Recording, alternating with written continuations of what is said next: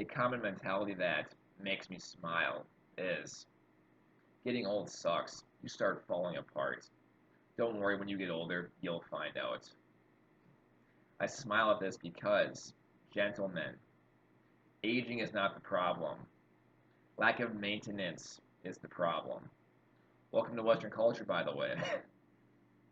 In fact, I was told many years ago that when I get older, I'll get fat, out of shape, lazy, and all the above, right? Yet, I'm now in my 30s. I maintain low body fat levels year round, and I have plenty of energy to go around. In fact, I receive compliments all the time with how much energy that I do have on a daily basis.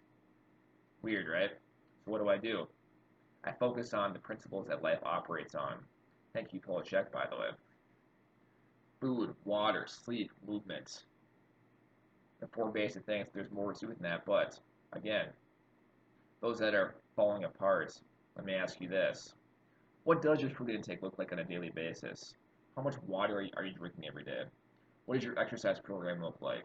How much sleep are you getting every day? Right? Those four things.